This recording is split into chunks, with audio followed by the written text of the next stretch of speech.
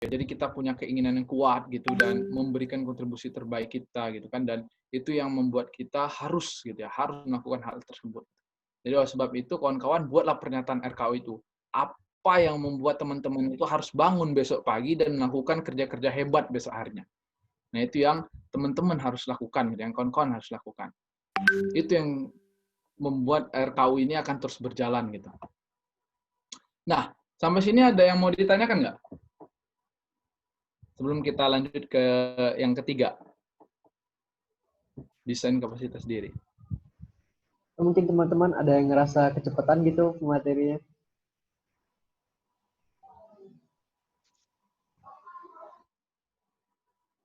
Oke, lanjut aja, Mas. Oke, lanjut aja ya kalau belum ada. Oke, yang ketiga itu tentang RKU ya kawan-kawan. Apa sih RKU itu? Kemudian bagaimana RKU itu dapat tersinggung, bersinggungan gitu ya. Nah, di sini kita akan membentuk diri kita, mendesain diri kita. Jadi kita not live with change, but we live with our design begitu. Kita hidup dengan desain kita sendiri. Jadi kesempatan itu hadir, kemudian keberuntungan itu datang ya sesuai dengan apa yang kita desain gitu ya.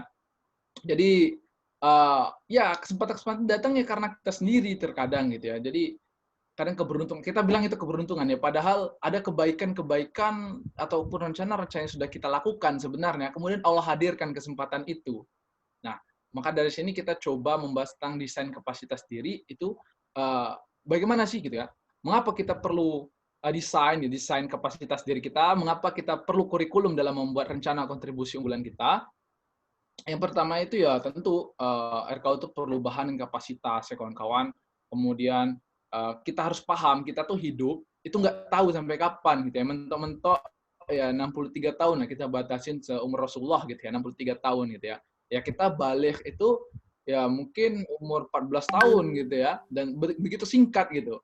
Cuma 40 tahun atau 50 tahun kita hidup di dunia ini gitu kan. Dan ya harus banyak amal-amal yang harus kita lakukan gitu. Dari seluruh umat manusia ini ya kita semuanya mau masuk surga yang muslim gitu ya. Tapi itu tadi apa yang membuat Allah itu memberikan rahmatnya kepada kita sehingga kita mampu masuk surganya begitu. Kemudian kita ingin membangun kapasitas kita dari skill yang terfokus ya, terset dengan baik gitu. Enggak coba sana, coba sini, lepas sana, lepas sini gitu. Jadi kita nggak fokus gitu. Kita mau ngapain gitu. Nah, kemudian kita bangun kapasitas diri kita itu dengan metodologinya. Maksudnya ya nggak cuma ikut-ikutan aja gitu ya. Yang pertama pasti setiap kelas misalnya kan tuh ada capaiannya gitu. Oh, kalau di kelas 1 tuh harus ini dulu yang dipahami, nanti ini dulu lagi yang pahamin, ini lagi yang dipahamin, dan itu yang membuat kita tersusun dan terencana begitu. Tapi kita insya Allah tidak perlu sedetail itu begitu ya. Nah, bagaimana tahap membangun ini? Tentu kawan-kawan harus punya biografi gitu ya. Maksudnya ini tokoh gitu. Tokoh siapa yang kawan-kawan punya idola gitu ya. Kawan punya idola siapa gitu. Itu menjadi salah satu sarana membangun. Kemudian mentorship itu guru. Kemudian teman-teman bisa melakukan desain kurikulum itu tersendiri. Nah, kita mencari biografi itu untuk mencari panduan dan jalan hidup dari sejarah manusia yang agung gitu ya, yang paling utama dan yang paling pertama itu tentu Nabi Muhammad SAW gitu ya, yang begitu banyak prinsip-prinsip hidup, teknis-teknis sampai teknis ya. Rasulullah itu bukan cuma memberikan prinsip hidup, tapi teknis hidup gitu ya. Dari masuk WC, dari belajar, dari pemerintahan gitu ya, kemudian dari keluarga gitu, dari menjadi sahabat, dari tutur kata Rasulullah itu sampai teknisnya pun dikasih tahu gitu ya. Dan itu yang menjadi hal yang paling utama gitu. Siapa sih biografi yang harus kita lihat itu? Ya tentu Rasulullah SAW gitu ya. Dia itu adalah satu tokoh yang paling kompleks hidupnya yang diketahui oleh manusia gitu kawan-kawan. Dari umur 0 ya, dari sebelum dilahirkan pun kita diceritain dari proses bagaimana dia lahir di mana, kemudian umur 4 tahun itu di mana, umur 8 tahun itu diasuh siapa gitu. Siapa yang detail sampai sekarang gitu yang ya dia lahir di mana gitu, diasuh siapa, perjalanan dari Mekah ke Yastrib itu dengan siapa gitu ya, sampai umur 63 tahun itu meninggal di mana, dikubur di mana gitu. Dan begitu detail Rasulullah itu ya kehidupannya, dan itu menjadi biografi yang harus kita contoh begitu. Nah, ini yang kita lihat gitu ya kawan-kawan di mengapa biografi itu ini paling nggak 3 ini ya. Kita lihat kebijaksanaan dia, kemudian kita lihat jalan yang paling efisien untuk mencapai cita-cita kita itu seperti apa sih yang dicontohkan gitu ya. Karena kita ini jangan cari yang baru gitu kalau sudah ada yang lama, kita ATM aja lah. Gitu ya, kita ATM, amati, tiru, modifikasi gitu. Nah, makanya kita perlu biografi, kita cari tokoh yang menjadi idola kita gitu ya. Nah, memilih biografi bisa teman-teman relevansikan, berbagai zaman itu juga ada dan berbagai budaya itu bisa menjadi salah satu, ya misalnya ya kalau kawan-kawan suka apa ya sekarang ini toko-toko yang menggugah gitu, nggak cuma satu gitu, boleh 5, 10, pokoknya yang membantu dan mengusahakan kawan-kawan gitu untuk terus semangat dan tetap melanjutkan rencana kontribusi unggulan kawan-kawan gitu. Nah ini, teman-teman bisa lihat gitu ya, dalam bacaan biografi paling nggak 4 hal kawan-kawan. Teman-teman cari dalam hal intelektualnya, emosionalnya, spiritualnya, dan fisiknya itu seperti apa gitu. Dan dia akan berpengaruh ke beberapa hal. Kemudian yang kedua itu mentor kawan-kawan. Kita setelah kita punya siapa sih tokoh yang ingin kita contoh, carilah mentor atau carilah guru. Nah ini biar mereka mengajarkan ya, menginspirasi dari tokoh yang udah kita, maaf, tokoh yang udah kita tuju tadi gitu, yang sudah kita idolakan tadi gitu. Karena pengalaman guru-guru kita itu mampu memberikan inspirasi. Kemudian guru-guru kita itu bisa melihat apa yang tidak bisa kita lihat gitu ya. Mungkin ada yang salah di jalan, kemudian ada teknis yang kurang tepat gitu ya. Dalam meraih tujuan kita itu gitu. Nah, itu pentingnya seorang guru. Kemudian guru itu mampu memberikan spirit hidup gitu ya, person by person gitu ya. Dia membangun satu manusia untuk memberikan kontribusi terbaiknya ke orang lain. Nah, yang kedua ini ya jangan lupa berguru kawan-kawan, karena itu penting. Nah, untuk draft desain kurikulum kita, maka itu bisa terbentuk dari itu kawan-kawan. Ketika kawan-kawan sudah punya biografi dan teman-teman juga punya mentor, nah lihatlah apa yang diajarkan oleh mereka dan susunlah itu menjadi salah satu teknis rencana yang ingin kalian lakukan ke depan. Oh, saya diberi masukan, saya itu hebat di sini dari apa yang saya inginkan, gitu ya. Saya bisa fokus ke sini dan sebagainya.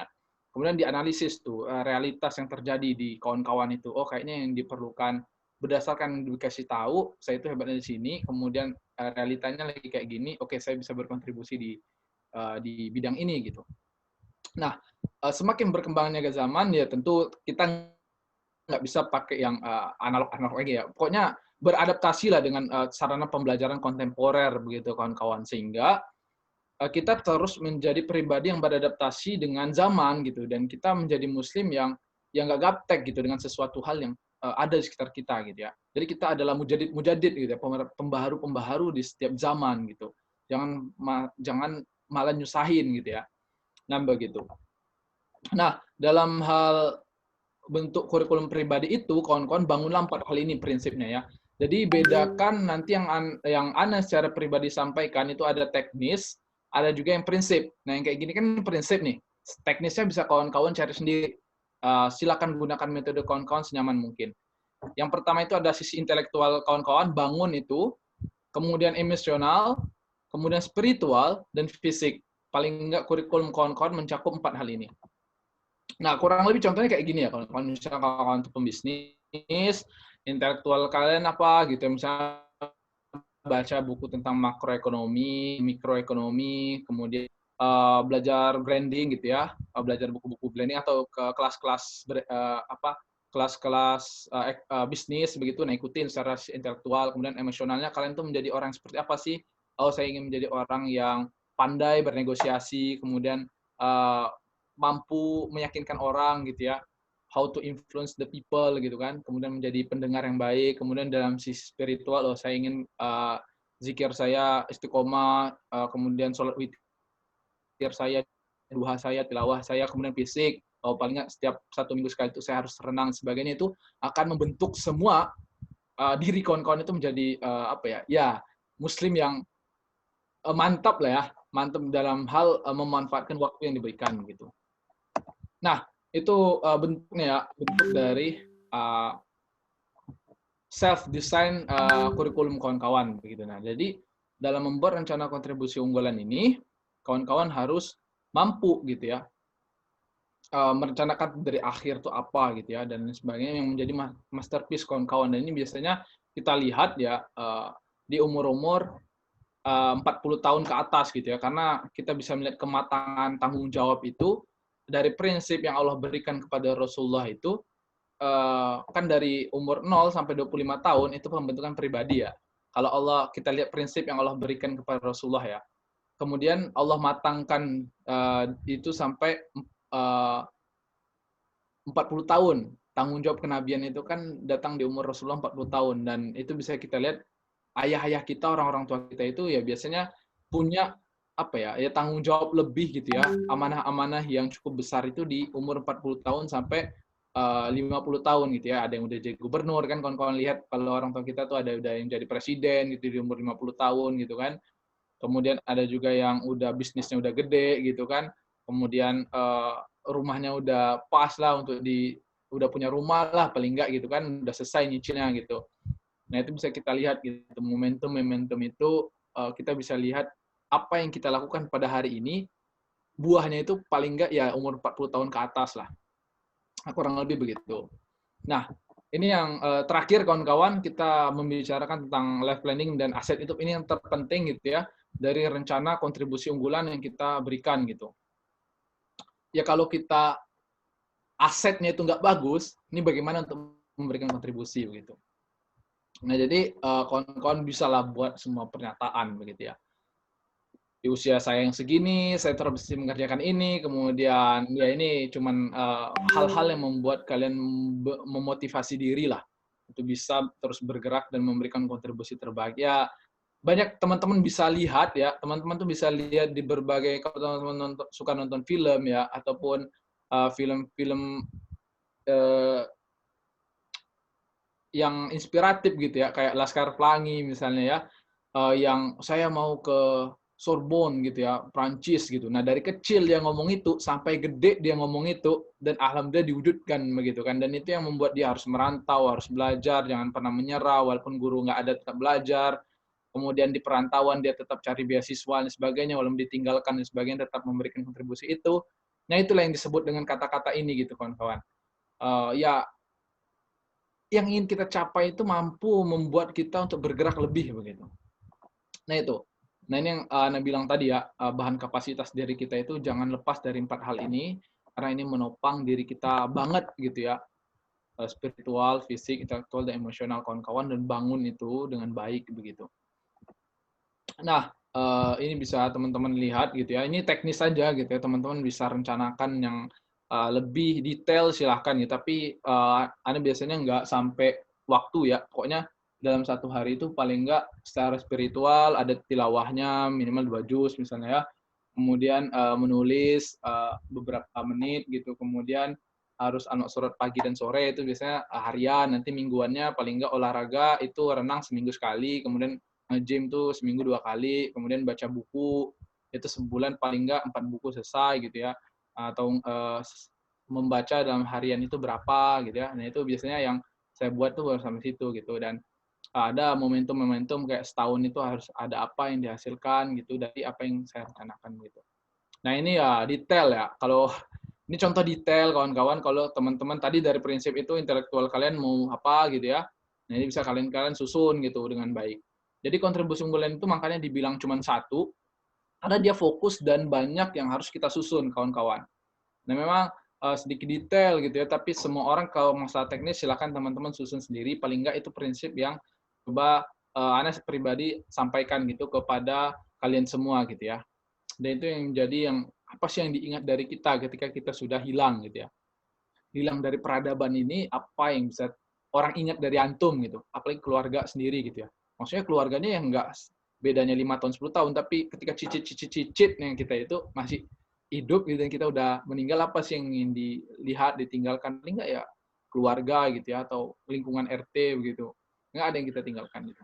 Nah ini ya paling enggak contoh dari detail self curriculum yang bisa teman-teman lakukan gitu. Nah, Kenapa harus life planning? Tadi kita merencanakan, mensiasati keterbatasan kita, kawan-kawan. Tadi disampaikan bahwa hidup kita itu singkat, gitu ya. Ya mentok-mentok kalau kita PNS itu umur 58 ya, 58, 60 itu udah pensiun, kawan-kawan. Ya kalau kita udah bisnis gitu ya, palingan 60 itu udah capek gitu ya. Palingan kalau berhasil ya tinggal nunggu duit sampai ke tangan gitu ya. Kalau enggak ya bagaimana gitu kan. Kemudian kita klasifikasi kualitas aktivitas kita. Kita bisa mana sih yang harus lebih banyak, mana yang harus lebih sedikit gitu. Kita klasifikasikan aktivitas kita. Jadi kita tidak membuang energi, tidak membuang energi pada tempat yang tidak seharusnya dikeluarkan begitu. Nah, kemudian kita bisa mendistribusikan aktivitas kita, apa sih yang harus kita lakukan gitu kan di setiap harinya itu. Gitu. Nah, itu dari prinsip life planning tadi ya, kita sampaikan lagi, prinsip life planning kita itu ada gradually ya. Maksudnya itu ada tahapan. Tahapan yang pertama itu ada gradually, tahapan. Kita mulai dari yang paling ringan dulu. Kan Allah tuh suka walaupun sedikit-sedikit tapi uh, terus-terus gitu ya. Nah, jadi kita mulailah. Ya kalau dari fisik misalnya ya awal lari 5 menit dulu atau push up 5 kali dulu sehari gitu atau baca buku ya 10 menit dulu gitu ya atau berapa lembar dulu kemudian ya ikut seminar ya sebulan paling enggak ya 2 kali lah gitu bertahap.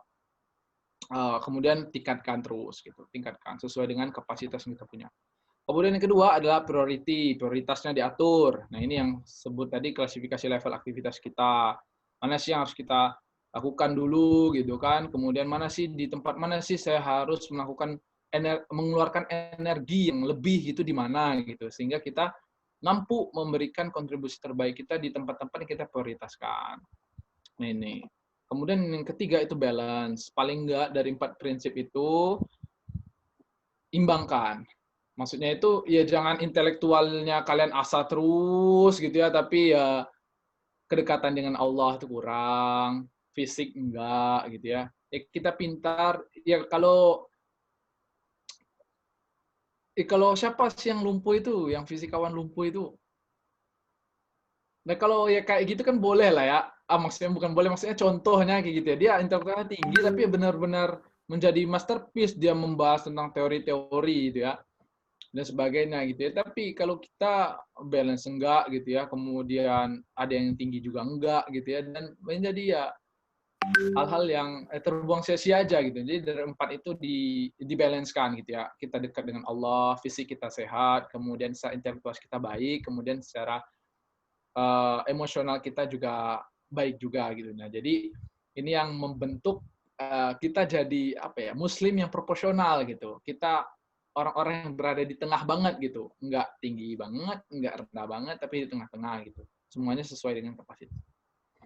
Kemudian yang terakhir itu ada continuous. Nah ini semua yang kita lakukan yang paling nggak ada tahap-tahapnya dan terus terintegrasi dengan apa yang kita lakukan. Ya, misalnya di tahun pertama kita punya target ini, selesai itu semua. Nah di tahun kedua jangan ditinggalkan apa yang sudah kita lakukan, tapi ditingkatkan. Ditingkatkan apa yang belum kita lakukan di periode sebelumnya gitu. Dan itu bisa menjadi sarana kita untuk menjadi pribadi yang lebih baik. Apa yang kita kenal dengan resolusi ya, resolusi 2020-2021 gitu. Nah, buatlah resolusi itu gitu ya, continue. Apa sih yang belum kita lakukan di tahun ini, apa yang harus kita lakukan di tahun yang akan datang begitu. Nah, yang kelima itu momentum. Nah, ini momentum ini yang apa ya, yang kadang datang tidak 2 kali kawan-kawan. Nah, dari semua rencana yang kita buat, kesempatan-kesempatan yang tiba-tiba ada karena apa yang sudah kita lakukan. Maaf. Apa yang Allah berikan ini di momentum ini itu menjadi peluang yang besar kawan-kawan. Ini menjadi peluang yang besar yang jangan sampai terlewat begitu. Ya kalau teman-teman bisa ambil momentum itu ambil gitu ya. Jangan sampai lepas karena momentum itu nggak datang 2 kali gitu. Nah, momentum ini yang bisa menjadi loncatan besar bagi kita semua gitu ya. Awalnya kita biasa-biasa aja gitu kan, kemudian ada satu momentum yang mendatangkan kita harus dapat amanah apa begitu kan. dan harus kita ambil gitu karena sesuai dengan apa yang kita rencanakan ataupun dari hal-hal yang kita memang butuhkan gitu. Ya itu ambil gitu dan itu akan mengharmoniskan perencanaan. Alhamdulillah bisa rencana yang kita harapkan masih beberapa tahun yang akan datang tiba-tiba datang sekarang gitu kan. Ya alhamdulillah itu menjadi momentum yang sangat besar. Makanya jangan di. Nah ini yang disebut milestone itu apa ya, istilahnya tahun-tahun yang achievement-nya harus lebih besar gitu. Misalnya di umur 35 saya tuh harus dapat apa gitu. Nah, itu disebut milestone. Dan jaraknya tentu 10, 20, 40 dan ini banyak teorinya lah ya. Nah, ini yang saya sebutkan tadi ya, di usia berapa itu saya harus apa gitu ya. Nah, sebagainya ini teknis lah itu. Nah, jadi klasifikasi aktivitas kita itu ada sesuai dengan kapasitas kita, ada karir, ada kontribusi. Nah, kapasitas itu tadi itu ya, 4 tadi ya, intelektual, emosional, spiritual, dan fisik. Kemudian karir. Karir itu misalnya sesuai dengan kapasitas kita. Apa yang kita asah. Mungkin satu ya, misalnya kita itu adalah seorang guru gitu, karirnya gitu kan, dan kita membawa kapasitas dari kita itu sebagai guru. Nah, tapi ada kan skill-skill lain tuh biasanya selain profesi kita guru, kadang kita freelance, kemudian kadang kita bisnis juga sebagainya. Tapi yang nonjol tuh pasti guru gitu kan. Tapi yang dua itu tadi nggak kelihatan, itu bisa teman-teman buat gitu. Nah, jadi ya mungkin kita nggak berskill di satu tempat gitu ya. Kita punya banyak skill gitu. Dan dari karir itu misalnya dari guru kontribusi kita sebagai guru apa? Oh, saya ingin mencetak pribadi 10 murid saya itu harus juara nasional gitu dalam olimpiade apa gitu. Kemudian di sisi desain grafis saya ingin logo saya itu masuk ke Free Pick misalnya kan. Kemudian di sisi bisnis, paling enggak kontribusi saya itu dalam bisnis saya bisa menghajikan 5 orang begitu misalnya. Nah, itu kontribusi maksudnya. Nah, itu kita klasifikasikan dari awal sesuai kapasitas kita, karir kita itu apa gitu ya, yang kita bangun sesuai dengan kapasitas kita juga, kemudian kontribusi apa gitu yang bisa kita berikan lewat dari karir kita itu. Nah, ini bisa ya planning bulanan lah. Teknis lah. Nah, kemudian yang kurang lebih ini yang sedikit sebelum terakhir, ini kita menjaga ritme ya.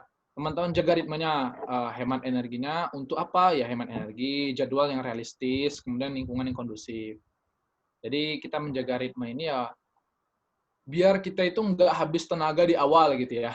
Nah, kita nggak habis tenaga di awal, kemudian ya jadi kita menjadi orang yang nggak tergesa-gesa gitu. Dan ini kita harus menyadari. Jadi mungkin kawan-kawan kita itu ada yang tergesa-gesa terkadang gitu ya. Mungkin kita lihat, oh mungkin dia punya jadwal yang harus dia kejar gitu. Mungkin akan mengganggu jalan jadwalnya gitu kan. Mungkin makanya itu ada yang kadang tergesa-gesa begitu.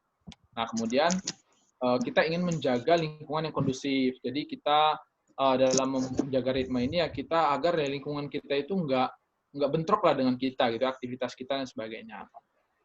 Nah, ini yang paling penting itu adalah life asset kita ya. Jadi semakin kuat aset, semakin luas ruang produktivitas kita. Semakin lemah aset, semakin sempit ruang produktivitas kita. Nah, aset kita itu apa sekarang? Ini, kita ada 6 aset kawan-kawan, yaitu kehidupan kawan-kawan, pikiran, kesehatan, waktu, keluarga, dan relasi. Ya kalau hidup ini kan cuma sekali ya. Hidup ini cuma sekali. Nah, kalau kita udah sakit-sakitan gitu ya, kemudian nggak jelas, pikirannya nggak jelas, kemudian pikirannya juga sakit gitu ya, ya itu kan kita nggak bisa melakukan produktivitas gitu. Jaga kehidupan kita itu, jaga pikiran kita itu, jaga kesehatan kita, manfaatkan waktu kita.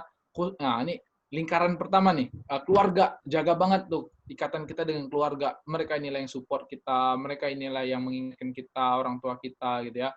Mereka lah yang selalu bersama kita dari kita kecil sampai kita gede gitu ya.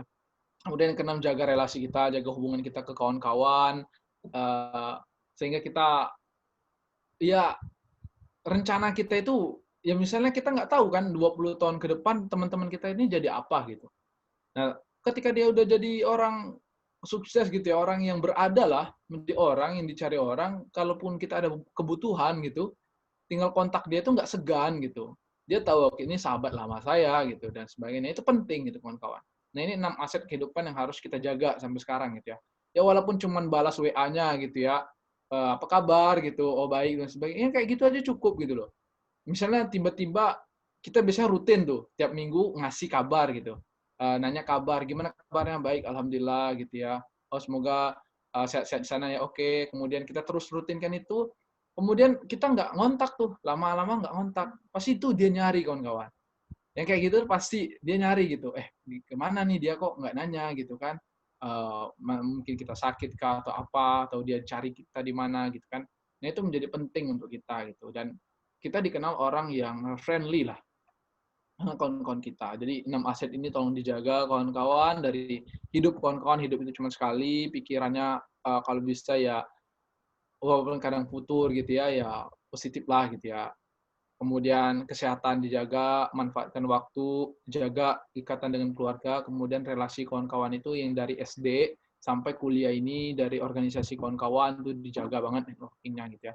Karena kita nggak tahu ya 30 tahun ke depan teman-teman kita yang paling nakal di kelas itu jadi apa, kawan-kawan yang paling baik di kelas itu jadi apa, ya paling nggak kalau kesal tuh jangan kesal banget gitu ya. Siapa tahu kita butuh dia nanti yang akan datang gitu. Nah, mungkin itu aja dari saya membuat rencana kontribusi unggulan. Jadi, buatlah rencana itu spesifik, satu gitu ya. Skill-skillnya itu sebagai penopang boleh banget, sehingga kita tetap bisa berkontribusi di berbagai macam tempat.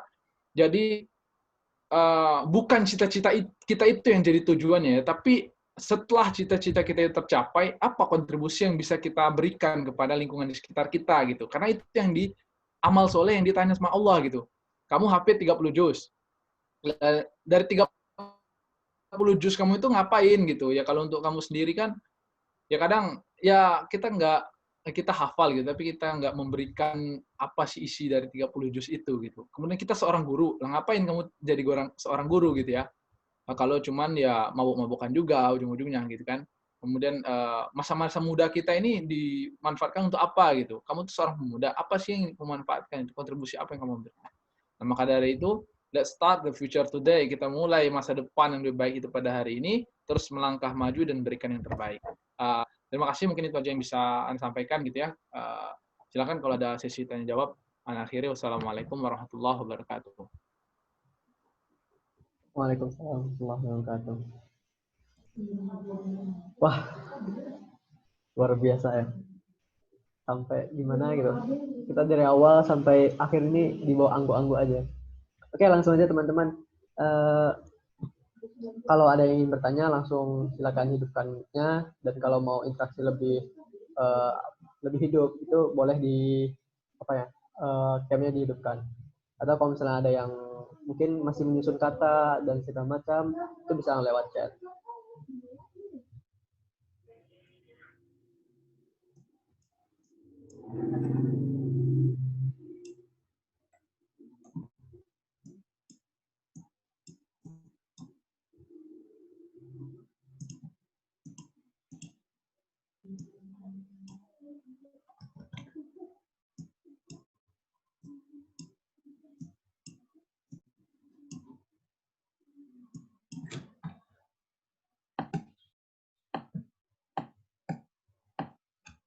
Ini sembari menunggu, jadi aku ingin komentar sedikit dah, karena materinya luar biasa dan dari aku pribadi kayak masih merasa buat perencanaan hidup itu gimana sih bagusnya dan yang benar tuh gimana sih.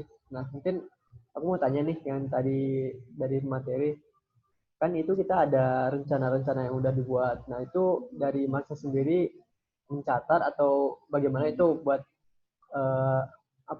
sekali-sekali melihat kembali rencananya dan segala macam itu gimana Mas? Oke, ada pertanyaan bagus gitu ya. Anda nggak mengharapkan untuk tanyakan itu gitu ya. Ya, Kalau ada biar mancing aja. oh iya, Ntar kan mancing aja. Karena ya benar-benar itu harus dibuktikan gitu ya. Tapi kalau Anda secara pribadi gitu ya, kalau ditanya, Anda buat juga nggak sih gitu ya? Anda buat juga nggak atau ngomong aja? Ya kalau Anda secara pribadi, Anda biasanya buat tahunan kawan-kawan. Nah, kalau harian itu ada, mingguan itu ada, kemudian ya bulanan itu nanti menyesuaikan dengan apa sih yang Anda secara pribadi lakukan di harian dan mingguan, nanti itu jadi hasil di setiap bulan gitu. Nanti itu nanti kalkulasikan setiap tahun. Nah, setahun itu nanti kayak hasil lah, bentuknya hasil dari apa yang sudah dilakukan di harian dan mingguan. Jadi semuanya itu ditentukan oleh mingguan dan hariannya. Nah, tapi ada beberapa kegiatan yang misal dalam hal ini beberapa bulan ke depan itu Ana desain grafis ya. Nah, ada waktu-waktu khusus yang spesifik khusus desain grafis. Ada kelas-kelas yang harus Ana ikutin di desain grafis, walaupun di harian-harian Ana itu nggak ada itu ngerjain desain grafis itu nggak ada. Pokoknya ya kalau ada job aja desain grafis gitu ya. Nge-layout buku misalnya kayak gitu kan. Nah, itu yang Anda lakukan gitu ya kalau ditanya perihal yang Anda lakukan gitu, dan tentu Anda catat ya, Anda cukup detail untuk itu. Tapi enggak, ya walaupun pernah ya dulu membuat cukup detail ya, itu kayak per jamnya itu Anda tulis gitu ya. Misalnya dari subuh itu dari jam apa dari jam 3.54 misalnya kan itu subuh sampai jam segini, kemudian surat pagi jam segini, kemudian tilawah dari jam segini, kemudian dari olahraga jam segini. Dulu Ana sempat kayak gitu orangnya. Tapi ya beberapa semakin Ana nambah umur ya, kemudian relasi yang udah dilakukan ya kayaknya nggak penting juga sih kayak gitu menurut Ana gitu ya. Kayaknya buat aja, pokoknya harian itu patokan aja sih, nggak usah pakai waktu. Kayaknya ini harus 1 jam, ini intinya harus amal surat, harus tilawah 2 juz, pokoknya gimana bisa dapat 2 juz gitu sehari misalnya. Kemudian baca itu 1 jam gitu misalnya. Kemudian menulis itu harus 1 jam sehari gitu ya. Apapun itu, pokoknya nggak Ana patokin waktu lagi. Tapi tentu Ana tulis sih. Makanya ya kalau dibilang cukup detail ya Ana agak detail sih orangnya gitu. Gitu sih Zam kalau Ana. Tapi Ana belum sih misalnya sampai ini kan teknis yang sampaikan tadi ya. Jadi Ana belum terlalu melihat 63 tahun itu apa gitu. Tapi ya paling nggak dibangun dari setiap tahun itu ya. Ya sampai umur 25, 26 itu harus apa gitu ya. Oh, kalau ada target yang lain misalnya ya itu harus ditulis. Misalnya apalah target 5, 26 misalnya harus kerja di sekarang freelance ya, freelance. Misalnya harus dapat kerja banget tuh di umur 23, 24 tuh harus kerja banget. Nah, itu dicatat aja gitu, catat oh umur segini saya harus kerja, di umur 25 26 harus nikah, misalnya di umur 40 tahun saya harus dapat posisi ini, misalnya kalau nanti udah dikerjaan itu nanti ngikut gitu. Nah, makanya Anda bilang tadi RKU itu memang nggak bisa selesai dalam 1 hari gitu ya. Kita duduk, kemudian 24 jam kita terus nggak. RKU itu kawan-kawan itu kita buat itu ya bertahap gitu. Jadi tahun ini dibuat dulu, tahun ini paling nggak setahun, tahun-tahun itulah. Tapi yang membentuk kapasitasnya dari kegiatan harian kita, dari kegiatan mingguan kita gitu. Nah, itu yang menjadi penting gitu. Sehingga kalian bisa membuat tujuan-tujuan. Tapi kalau yang kayak intinya umur 23 nggak usah dirunutin, mau ngapain 23 itu nggak usah. Intinya 23 ini saya kerja, oke kerjanya apa gitu. Oke sampai sana aja gitu. Nggak usah 23 di posisi ini. Itu nanti aja, itu tuh ngalir nanti ketika kalian misalnya di 23 itu udah dapat posisi. Umur misalnya 20 40 harus apa gitu, tulis aja 40 harus ini gitu. Setelah nanti posisi saya kerja di mana gitu. Nah, itu tulis aja gitu. Tapi itu ya makanya buat RKU itu bertahap gitu, nggak bisa sekali jadi. Itu sih Zam. Kalau itu ya ditulis gitu Zam. Jadi itu aku awalnya berpikiran gini, Mas punya kamar itu isinya adalah apa ya, rancangan-rancangan hidup gitu. Jadi kamar Mas itu penuh dengan apa ya, kayak ya rancangan hidup sampai 50 bahkan umur 60-an gitu.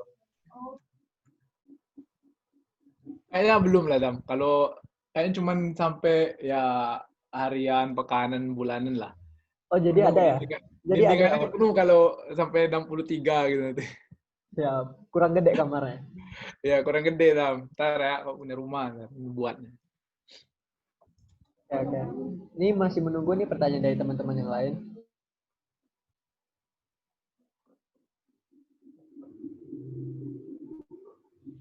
Ya kawan-kawan kalau ada yang ditanyakan atau Anda pancing ya, karena tapi kalau nggak ada ya nggak apa-apa sih. Anda sebenarnya mau ngadiahin buku sih Zam. Anda ada buku sih ini. Ada yang mau nggak? Ya, tadi aku bertanya dikasih nggak tuh? Nih ada buku ini bagus sih Ya, semua. ya. Ada yang mau bertanya nggak? Itu Kalau teman-teman. pancing hadiah mau semua bertanya, tapi nggak apa-apa sih Anda udah niat gitu ya. Ada dua buku gitu ya. Kalau yang belum ada buku ini, ya boleh. Atau buku ini boleh. Untuk dua penanya sih, kalau ada yang mau, nggak apa-apa. Nanti minta sama panitia ya. Ntar Rane kirimin sama panitia. Di buku Ustadz Solihin Abu Izzuddin, sama bukunya Mas Edgar Hamas, untuk kalian yang rindu perubahan. Nanti sampaikan aja ya. Tapi kalau ada ya, kalau nggak ada ya sudah gitu ya. Alhamdulillah. Berkaitan dengan materi tadi ya, teman-teman. Ini yang namanya itu momentum. Nggak bakal ada tawaran kedua ini. Nah, mantap. Ini ada dari Safira. Oh, catat. Masuk list. Mau buku yang mana? Ganteng. Jemputnya di Bangkang. Percuma ganteng kalau jemput cewek di Panggang. Itu di mute dulu. Itu siapa sih? Sebentar. Ini dulu ya.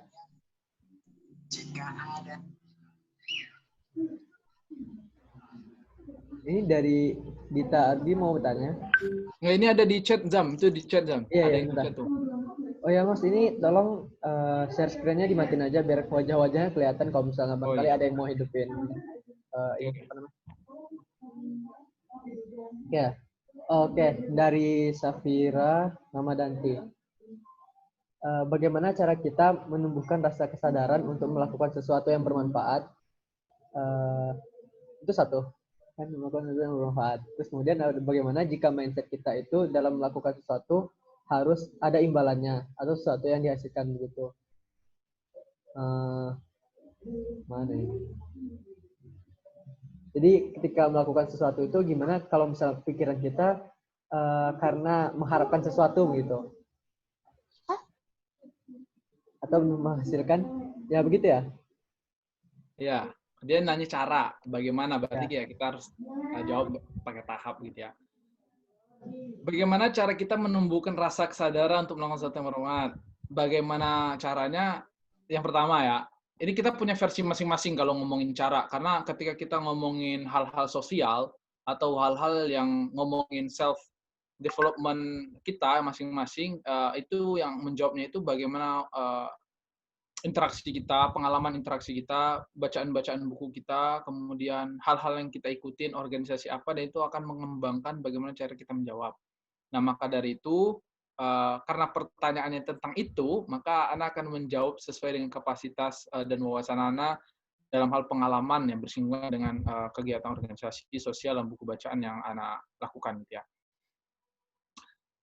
Menumbuhkan rasa kesadaran ya. Yang pertama itu, tentu kita tadi yang sampaikan kita terbangun dari mindset ya. Mindset kita itu apa gitu. Karena rasa sadar itu kan nggak bisa di-upgrade ya. Itu tuh kayak panggilan ya. Kayak kemarin itu saya sempat ikut kegiatan volunteer ya, pelatihan volunteer gitu. Itu bagus banget gitu. Nah, rasa sadar itu ya di calling gitu, disebut dengan calling gitu. Itu panggilan aja itu, dan sifat-sifat yang seperti itu nggak bisa di-upgrade, tapi ya kita bisa melakukan hal itu dengan ya kegiatan kita itu loh yang meningkatkan itu gitu. Nah, jadi menumbuhkan rasa kesadaran, bentuklah mindset kawan-kawan itu, pokoknya bentuk aja diri saya ini ada orang peduli, saya ini orang peduli, saya ini ada orang peduli gitu. Dan kepedulian saya itu membawa manfaat. Kita bentuk bagaimana cara berpikir kita itu baik begitu ya kawan-kawan. Nah, dari sana tentu kita harus tadi landasan awal kita itu adalah kebaikan, kontribusi kebaikan. Nah, dari sana itu akan menumbuhkan bagaimana cara kita berpikir gitu ya. Niat-niat kita itu ya bertuju pada itu kan. Kan kata Allah itu katakanlah Muhammad, kul inna solati wa nusuki wa mahyaya wa mamati lillahi rabbil alamin. Katakanlah bahwa hidupku, matiku, ibadahku itu hanya untuk Allah Subhanahu wa taala. Itu landasan yang secara pribadi Anda pegang terus ya. Jadi ya kadang kita futur gitu ya dengan berbagai macam sikap orang gitu. Tapi kembalilah pada ayat itu, Anda selalu kembali pada ayat itu ya, sesungguhnya matiku, hidupku, ibadahku itu hanya untuk Allah Subhanahu wa taala gitu. Terserah orang mau ngomong apa gitu ya. Mau kita semua orang benci gitu dan sebagainya, kita coba kembali pada ayat itu gitu. Nah, itu yang pertama gitu ya. Bagaimana menumbuhkan kesadaran? Ya cobalah kawan-kawan ubah dari mindset-nya gitu ya. Kalau malas keluar kamar, ya cobalah itu di masjid itu ada ngajar lah TPA misalnya itu kan. Itu kesadaran yang harus melakukan yang bermanfaat gitu ya. Kalian tahu di depan tuh ada masjid, ya paling enggak kalian misalnya cowoknya jadi muazin misalnya gitu kan. Nah, ceweknya ya paling enggak ya apa kalau ada pengajian, ya ikutlah pengajian ibu-ibu di sana gitu. Dan itu kesadaran yang bisa kita tumbuhkan itu ditumbuhkan kawan-kawan. Kesadaran itu ditumbuhkan gitu kan. Kemudian yang kedua, bagaimana jika dalam mindset kita itu dalam melakukan sesuatu harus ada imbalannya atau suatu hal yang dihasilkan gitu seperti uang. Bagaimana ya? Itu boleh sih kalau menurut Anda boleh gitu ya.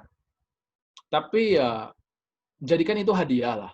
Jangan jadi tujuan utama gitu ya. Jadikan niat semuanya itu ya kita ini kan semuanya relawan ya. Kita itu semuanya relawan. Muslim ini kan arti Muslim ini kan orang-orang berserah diri gitu ya. Jadi ya Allah itu kan bilang kita itu sudah dibeli ya. Jiwa raga kita itu sudah dibeli oleh Allah Subhanahu wa taala dengan jaminan surga gitu.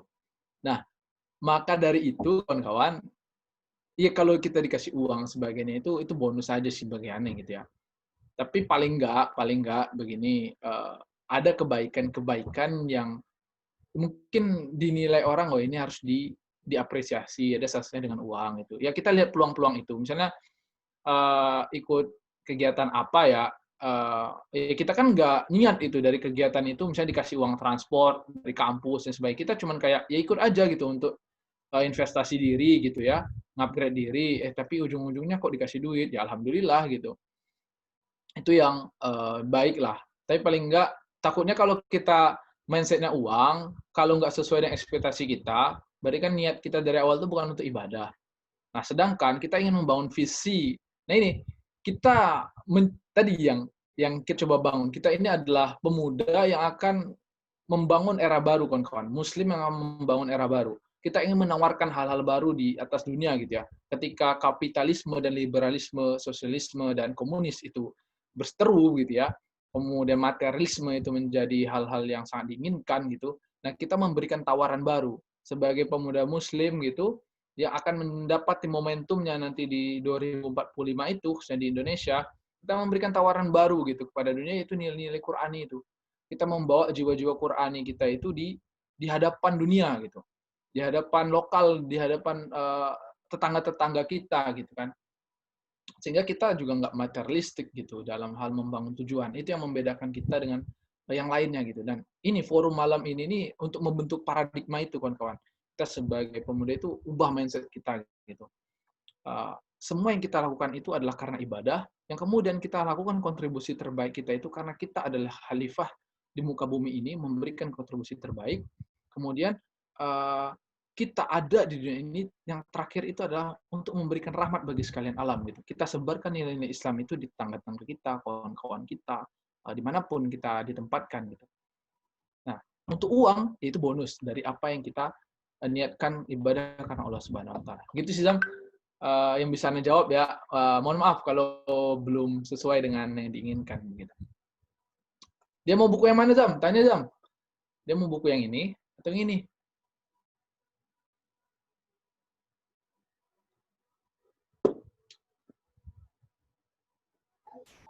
Ya mungkin tuh nanti bisa dibacain ke dianya dulu, dia bisa milih yang mana gitu kan, atau mungkin ya gitulah. Oke, mungkin dari yang lain ada pertanyaan lagi? Saya, Kak. Oh ya, silakan Arum. Jadi gini, Kak, kita kan sebagai manusia terkadang menyusun rencana kan melebihi apa yang sudah ditakdirkan oleh Allah ya, Kak. Terkadang apa yang terjadi pada manusia itu kan tidak sesuai dengan rencana apa yang sudah direncanakan manusia. Nah, selain merencanakan, kita sebagai muslim kan juga harus mempersiapkan diri untuk menghadapi kegagalan atau rencana yang tidak sesuai dengan yang kita rencanakan. Nah, bagaimana muslim dalam mempersiapkan diri jika suatu saat rencana kita itu tidak sesuai dengan apa yang terjadi pada kita gitu, Kak. Terima kasih. Baik Arum, Arum dari mana? Dari Pacitan, Kak. Asal kampusnya? Dari UMY, Oh, MBA. Prodi apa? Prodi Ekonomi Syariah. Oh, angkatan 2020 ya? Iya, maba, Kak. Oke, selamat datang di kampus Muda Mendunia ya. Baik, Iya, Arum, bagus Kak. sekali pertanyaannya. Uh, nah, ini yang kita sampaikan tadi, bahwa kita membangun sesuatu itu harus balance ya kawan-kawan. Biar kita tahu makna tawakal itu di mana, kita tahu makna sabar dan syukur itu di mana gitu. Nah, ketika hal ini kita lakukan, jadi usaha yang kita lakukan itu diiringi dengan spiritualitas yang tinggi. Karena Ana orang yang tidak terlalu berprinsip, usaha itu tidak akan mengkhianati hasil. Kan orang bilang, usaha itu tidak akan mengkhianati hasil. Tapi Ana orang yang tidak terlalu berprinsip untuk itu. Karena misal kita udah berusaha lebih, tapi nggak terjadi gitu. Nah, jadi apa gitu ya? Masih berguna prinsip itu. Karena Ana menggunakan prinsip gini, Ana tuh suka lupa kalau ayat ya. Jadi intinya ada arti yang apakah mereka itu sudah dianggap beriman, gitu, sedangkan mereka itu belum diuji gitu. Nah itu, An mengambil itulah dari ayat itu gitu. Jadi kita ini kan udah beriman, kita udah melakukan usaha lebih nih. Tetapi ya kalau Allah mau kasih ujian, bagaimana gitu, usaha kita udah lebih, tapi lah kok nggak dapat.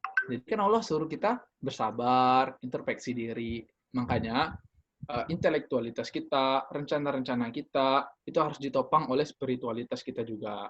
Karena ketika kita udah berusaha lebih, kemudian hal yang kita rencanakan itu udah mateng, kalau spiritualitas kita nggak mengiringi itu, karena takutnya kita ditakutkan dengan ya kita berarti dalam usaha itu kita tidak mengiringi Allah di dalamnya gitu ya. Kita nggak minta keberkahan di dalamnya, kita nggak minta ridho di dalamnya, kita jarang berdoa gitu ya. Kita itu punya life hidup yang panjang gitu ya. Tapi dalam berdoa kita cuman Rabbana atina fid dunya hasanah gitu ya. Langsung doa sapu jagat gitu, nggak mau doa-doa yang lain gitu. Padahal life planning kita itu panjang gitu ya Allah. Padahal kita tuh tamat kuliah seharus ini, sudah kuliah seharus ini, udah ini, panjang tuh life planning hidup. Tapi sudah sholat, ya paling nggak istighfar ya. Kemudian ya doa-doanya ya ditambahkan lah apa gitu ya. Jangan langsung doa sapu jagat, langsung balik begitu. Nah itu yang bisa Anda jawab begitu ya, Arum. Jadi dalam hal ini paling nggak spiritualitas kita juga ditopang gitu ya. Walaupun kita nggak hafal semua Al-Quran, kawan-kawan, jadikan beberapa ayat itu yang memegang prinsip hidup kawan-kawan gitu ya. Boleh. Tadi ya, core inti dari visi global kita itu adalah ya kita itu menjadi, setiap gerak kita itu harus menjadi amal ibadah, ya kan? Wa ma khalaqtul jinna wal insan illa liya'budun. Jadikan itu ibadah, ingatkan itu karena Allah Subhanahu wa taala, kemudian Allah ingin menjadikan kita khilafah di muka bumi ini, kemudian Allah ingin kita memberikan rahmat bagi orang-orang sekitar kita. Nah, paling enggak itu yang ada di dalam setiap diri kita selaku muslim. Jadi istilahnya itu jangan sekuler tanpa sadar gitu ya. Kita itu kadang sekuler tanpa sadar gitu. Kita kuliah untuk nuntut ilmu, tapi kita lupa nuntut ilmu itu karena ibadah gitu. Ilmu itu kan, yang punya ilmu itu kan Allah. Ya kalau kita dikasih ilmu, ya Allah kasih berkah berarti. Kalau kita ngerjain tugas kuliah gitu, atau nyuci gitu ya, nyuci baju. Ya kalau kita niatnya ibadah, ya 30 menit kita nyuci baju itu, kita gosok-gosok itu kan ibadah. Ibadah apa? Menjaga kebersihan. Nah itu kan, kadang kita tuh sekuler tanpa sadar gitu loh. Kita agama itu kalau di forum-forum Islam aja gitu ya, di organisasi Islam aja gitu. Di organisasi pun kadang kita juga kadang sekuler gitu ya. Misalnya kita nggak di organisasi Islam gitu ya, atau di HMJ yang nggak notabene juga bahas Islam gitu, cuma ngadain event-event aja gitu ya. Kita lupa, kita landasin, oh saya ngadain event ini untuk memberikan kebermanfaatan, untuk mengingatkan mereka pada Allah gitu. Nah kan itu. Ini sama hati. Kadang kita lupa, kita sekuler tanpa sadar gitu. Kita kerja aja gitu. Allah itu memang maha adil kawan-kawan. Bill Gates itu yang kayak gitu tuh, ya emang di dunia dibalasnya sama Allah. Cristiano Ronaldo yang kaya kayak gitu, itu tuh udah ganjarannya itu di dunia semua. Ya karena di akhirat kalau mereka belum Islam juga nanti sampai akhir hayat, ya udah hilang kekayaan mereka itu. Allah tuh udah kasih adil banget Allah itu. Amerika dibuat gede kayak gitu kayak Allah kan setiap peradaban itu kan Allah putar gitu kan. Dan Amerika tuh lagi tinggi-tingginya gitu ya Allah tuh maha adil. Islam udah dibuat jaya gitu. Allah tuh maha adil. Jadi maka dari itu mari kita ubah mindset peradaban kita. Kita menjadi muslim yang keluar dari istilah sekuler tanpa sadar itu gitu. Ya kurang lebih begitu ya yang Ana bisa jawab dari pertanyaan Arum tadi tentang itu. Jadi ya peganglah prinsip-prinsip Quran itu beberapa ayat aja. Surah Al-Ikhlas, surah Al-Asr itu udah megang banget gitu sebenarnya gitu ya. Al-Fatihah apalagi? Iya, karena berdua iya, karena stain hanya kepada Mula ya Allah kami menyembah dan memohon pertolongan. Pegang itu aja. Atau Qul huwallahu ahad, katakan Allah itu satu, Allahu samad, hanya kepada Allah kita menundukkan gitu ya, bersujud menyembah gitu. Itu udah jadi pegangan begitu. Kemudian Al-Baqarah ayat terakhir, la yukallifullahu nafsan illa usaha, tidaklah Allah itu memberikan amanah di luar dari kemampuan kita gitu kan. Atau yang tadi inna sholati wa nusuki wa mahyaya wa mamati lillahi rabbil alamin. Hidupku, matiku, ibadahku karena Allah Subhanahu wa taala gitu. Nah, itu yang prinsip-prinsip Quran yang harus kita pegang kawan-kawan. Dan itu yang harus kita selaku pemuda muslim ubahlah mindset kita dari sekarang. Kita ini adalah harapan baru bagi Indonesia masa depan. Kita itu adalah harapan baru bagi generasi-generasi Islam yang telah mendahului kita. Mari kita bentuk peradaban masa depan itu dengan sebaik-baiknya diri kita sebagai Muslim gitu ya.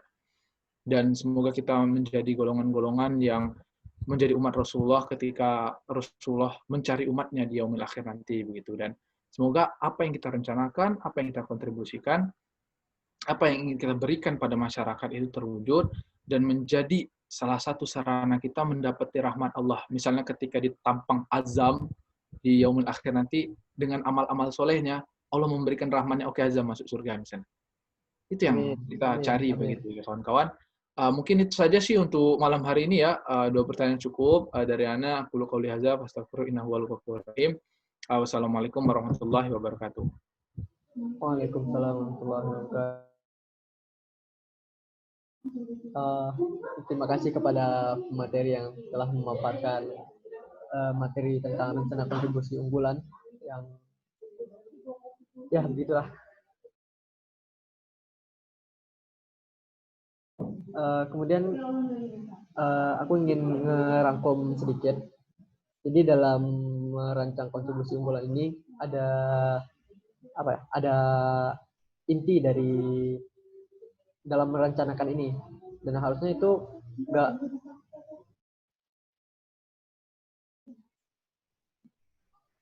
nggak boleh lepas dari yang inti ini. Yang pertama ada ibadah, pemimpin, terus kemudian ada kontribusi.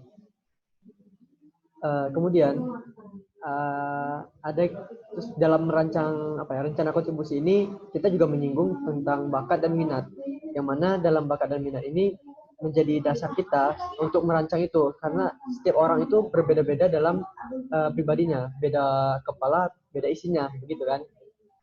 Kemudian ada juga ini apa sih tadi namanya? Ada priority, balance, continuous, momentum. Satu lagi tadi yang pertama apa ya? Gradual ya. Nah, jadi aku ingin menekankan di bagian continuousnya, di mana dalam istiqomah itu emang susah, dan kalau di berbagai banyak film dan ataupun buku-buku itu menceritakan istiqomah itu yang membuat seorang itu menjadi sukses. Kita ambil contoh saja ya, saya juga suka nonton begitu. Jadi dalam film One Punch Man itu tokoh utamanya itu dilatih dan ditempa selama 2 tahun menggunakan latihan yang itu aja. Dan itu dia lakukan terus-menerus selama 2 tahun. Walaupun itu musim panas, musim dingin, hingga akhirnya dia menjadi orang terkuat di dunia. Di dunia nggak ada yang bisa ngalahin dia. Dan itu dari poin continuous itu tadi.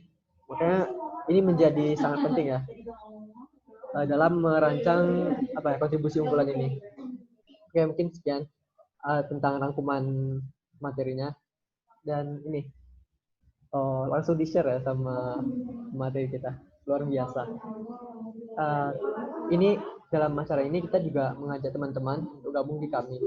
Dan bagi yang tidak dari kampus UMB, itu bisa juga nantinya menghubungi PC-PC yang di sana, atau bisa juga menghubungi ini admin yang ada di grup. Dan barangkali teman-teman ingin bergabung dengan kami. Dan di kami sendiri kita akan belajar bersama, menempa diri bersama, dan di kami menjadi tempat atau wasilah untuk menjadi lebih baik begitu. Dan memang teman-teman sendirilah yang yang bisa menentukan untuk jadi lebih baik itu bagaimana.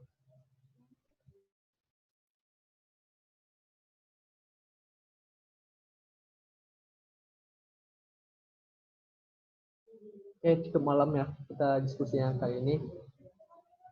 Terima kasih kepada teman-teman yang udah menyempatkan hadir.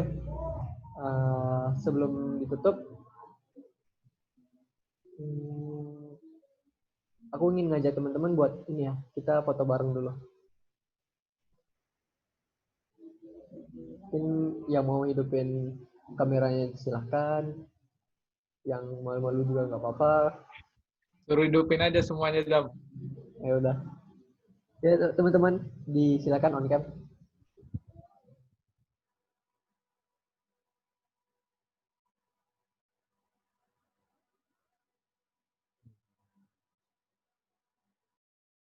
Ya, masih menunggu ini.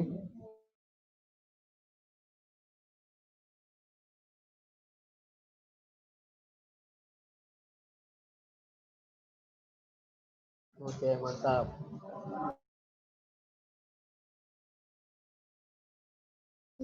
Ini Mas Rahmatul Haqnya sedang ini ya, di pegunungan ya, berembun gitu.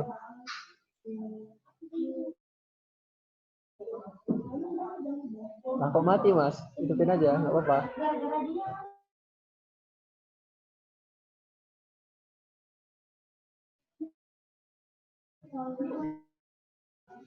Kayaknya udah semua nih.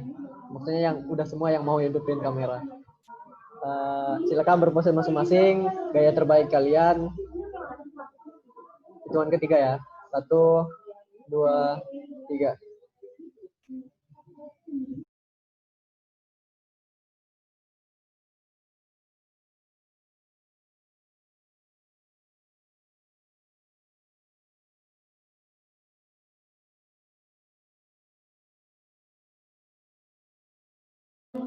Oke, sekali lagi. 1, 2, 3. Oke, terima kasih teman-teman. Mari kita tutup diskusi malam hari ini dengan melafazkan hamdalah. Alhamdulillahirabbil alamin. Dan doa kafaratul majelis. Subhanallah. Jangan lupa hari Jumat, Dam. Diingatin, Dam. Ya. Jangan lupa kita hari Jumat ada diskusi lagi dengan 2 pemateri yang, dan hari Jumat ini spesial ya, 2 pemateri loh.